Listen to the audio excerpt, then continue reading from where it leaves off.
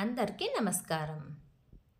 మీరు నమ్మిన నమ్మకపోయినా ఇది జరుగుతుంది. ఎందుకంటే బ్రహ్మం గారి కాలజ్ఞానం 2026 గురించి ఎప్పుడో చెప్పారు.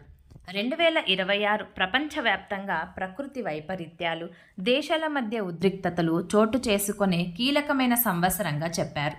ఈ కాలంలో ఆర్థిక మార్పులు మరియు అనూహ్య సంఘటనలు జరిగే అవకాశం ఉందని, అలాగే అందులో జూలై నెలలో చూసినట్లయితే బ్రహ్మం గారు చెప్పిన కాలజ్ఞానం ప్రకారం ఎన్నో వైపరీత్యాలు జరిగాయి.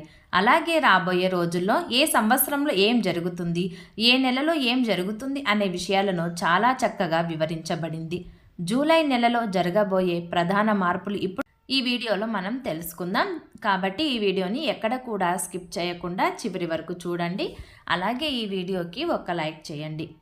జూలై నెలలో దేశంలోని పలు ప్రాంతాలలో ఊహించని పిడుగుల వర్షం పడి జనజీవనం అతలాకుతలం అయ్యే సూచనలు ఉన్నాయని చెప్పారు. దీనివల్ల విపరీతమైన పంట నష్టాలు జరుగుతాయి. తీవ్రమైన ధాన్యం కొరత ఏర్పడుతుంది. దానివల్ల బియ్యం ధరలు, నిత్యావసర ధరలు ఆకాశాన్ని అంటుతాయి. కొన్ని చోట్ల వర్షాలు లేక కరువు ఏర్పడే అవకాశం ఉంది. అలాగే సముద్రంలో ఉన్న జీవులన్నీ బయటికి వచ్చి చనిపోతాయి. దానివల్ల రాబోయే రోజుల్లో విధ్వంసం ఏర్పడుతుంది. స్త్రీలకు, పురుషులకు కామ కోరికలు ఎక్కువగా పెరుగుతాయి.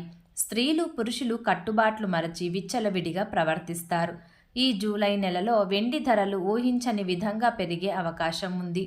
వ్యాపార రంగంలో కానీ మార్కెట్లలో అస్థిరత ఏర్పడి సామాన్యులపై ఆర్థిక పెనుభారం పడే అవకాశం ఉంది. డబ్బు కోసం ఎంతకైనా దిగజారుతారు. అక్రమ సంబంధాలు ఎక్కువగా అవుతాయి. రాబోయే రోజుల్లో స్త్రీలకు ఆయుష్ అయితే పెరుగుతుంది, పురుషులకు ఆయుష్ తగ్గుతుంది. అర్ధరాత్రి సమయంలో ఊర్లో విచిత్రమైన అరుపులు వినిపిస్తాయి. అది విన్నవారు అక్కడే రక్తం కక్కుకు చనిపోతారు. అర్ధరాత్రి సమయంలో ఊరి బయట కుక్కలు గుంపులు గుంపులుగా చేరి ఏడుస్తాయి. దేవాలయంలో విగ్రహాలు మాయమవుతాయి. ఈ 2026 సంవత్సరంలో కరోనా లాంటి ఒక కొత్త రోగం అయితే వస్తుంది. అది తాకిన వారికి శరీరంపై బొబ్బలు లేచి మరణిస్తారు. అలాగే తూర్పు దిక్కున ఒక పెద్ద సుడిగాలి వస్తుంది. దానివల్ల చాలామంది చనిపోతారు. ఈ ప్రపంచం మొత్తం రాను రాను అనాథ పిల్లలతో నిండిపోతుంది. మనిషి కామానికి హద్దులు లేకుండా పోతుంది. కామానికి బానిస అయిపోతారు. ఎంతోమంది చిన్నపిల్లలను వదిలేస్తారు. ప్రేమ అనురాగాలు తగ్గిపోతాయి. పతివ్రతలు పతీతులు అవుతారు. ఉత్తర దిక్కున ఒక అమ్మాయి ఒకేసారి 5 మంది పిల్లలకు జన్మనిస్తుంది.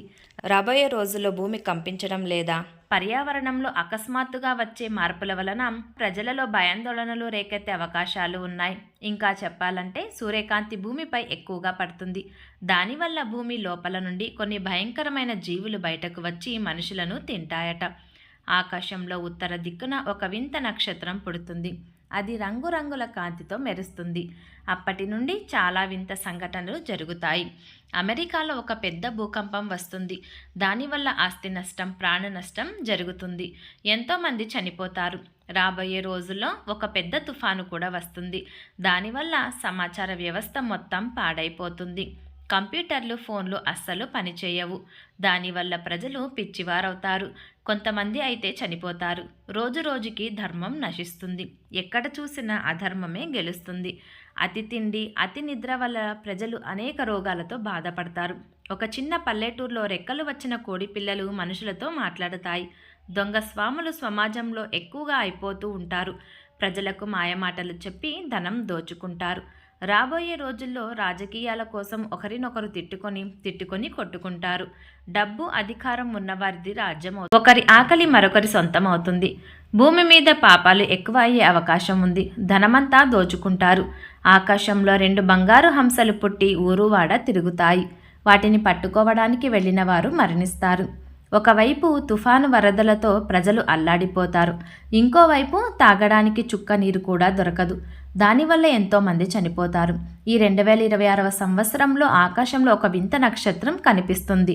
ఆ నక్షత్రాన్ని చూసిన వారికి అనారోగ్య సమస్యలు ఏర్పడతాయి. రాబోయే రోజుల్లో తిరుపతికి వెళ్లే దారులన్నీ మూసుకుపోతాయి. తిరుమల సంపాదనను 6 మంది దొంగలు దోచుకుంటారు. దానివల్ల వెంకటేశ్వర స్వామి యొక్క కుడి భుజం కదులుతుంది. అలాగే శ్రీశైలంలో మల్లన్న స్వామి భక్తులతో మాట్లాడుతాడు. కొన్ని ఆలయాలు పూజలు లేక మూతపడతాయి. రాబోయే రోజుల్లో ప్రజలకు దైవభక్తి తక్కువగా అవుతుంది. దేవుడిపైన నమ్మకాన్ని కోల్పోతారు. రాబోయే రోజుల్లో మనుషుల మీద చేతబడులు ఎక్కువగా ఉంటాయి.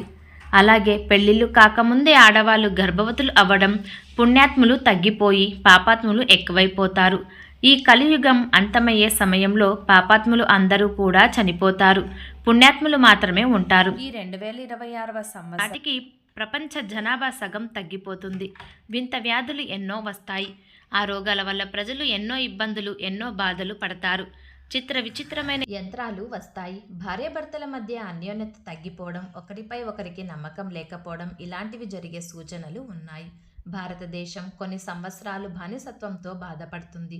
15 రోజులు గోదావరి నదిలో చుక్క నీరు కూడా ఉండదు. 16వ రోజున పెద్ద వరదలు అయితే వస్తాయి.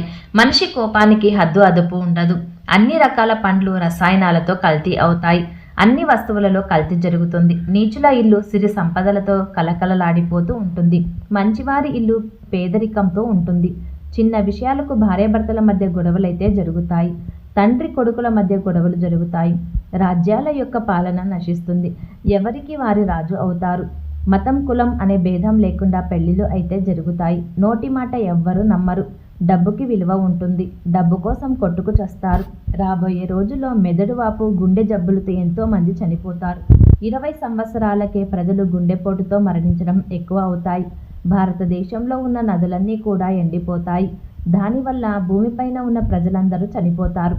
డబ్బు కోసం బంధాలను, స్వార్థం కోసం మానవత్వాన్ని పూర్తిగా మరచిపోయే రోజులు వస్తాయి. అవినీతి పెరగడం, అబద్ధం సర్వసాధారణం అవుతాయి.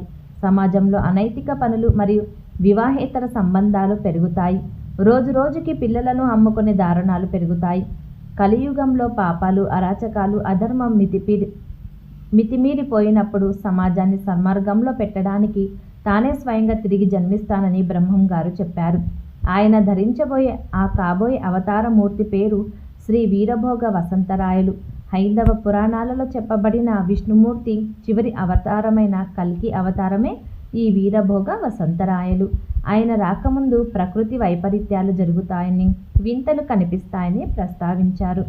ఈ వీడియో మీకు నచ్చినట్లయితే ప్లీజ్ లైక్ చేసి మీ ఫ్రెండ్స్కి షేర్ చేయండి. అలాగే మా కొత్త వీడియోస్ మీకు వెంటనే చేరాలంటే మా ఛానల్ని సబ్స్క్రైబ్ చేసుకొని పక్కనే ఉన్న బెల్ ఐకాన్ని ప్రెస్ చేయండి. ధన్యవాదములు.